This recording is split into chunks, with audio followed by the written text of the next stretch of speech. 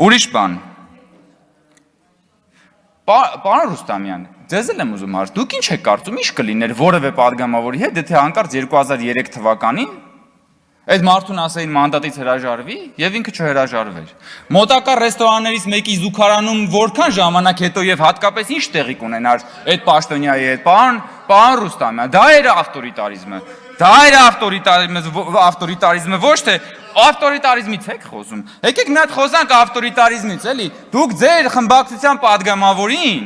որը վատ բան չէր արել, ընդհանրապես ազգային ժողովի նախագահի հետ գնացել էր գործուղման ու նկարվել էր։ Այդ մարդուն այնքան հետապնդեցիք, վերջում այդ մարդը հիմա ձեր խմբակցության անդամ չի։ Այն բանի համար, որ ընդհանրապես իր աշխատանքն էր կատարել։ Էս է ավտորիտարիզմը։ Դուք լսեք, խոսում եք մանդատից հրաժարվելու մասին եւ դա բան եք անում, ավտորիտարիզմ եք ներկայացնում։ Այդ ո՞նց եղավ, որ Լևոնք, որպեսի ձեր շեֆի որդին դառնա ազգային ժողովի падգամավոր, միանգամից 3 հոգի падգամավորական ցուցակում հրաժարվեցին իրենց մանդատից։ Այսինքն դուք դա էլա չէ, իրենք մանդատ են ստացել, 3 հոգի, 1 հոգի չէ։ 3 հոգի իրանց մանդատից հերթով հրաժարվում է, որ Ռոբերտ Քոչարյանի որդին դառնա падգամավոր, ինչի, որովհետև Լևոն Քոչարյանը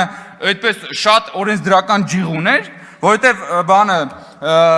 Լևոն Քոչարյանը շատ լավ է տիրապետում նորմատիվ իրավական ակտերի դիսպոզիցիաներին եւ իրավական կոլիզիաների ողջ ներկապնակին, եւ հիմա այստեղ օրենսդրական ակտիվ գործունեություն է ծավալում, դրա համար է պարոն Ռուստամյան 3 հոգի ձեր մոտից մանդատից հրաժարվեց, որ Լևոն Քոչարյանը դառնա падգամավոր, բայց դա է ավտորիտարիզմը, այ ձեր ցավը տանեմ։ Ընդ որում այնտեղ ոչ SMS կա, ոչ վարչության որոշում կա, ոչ բան կա, ասվել է, արվել է։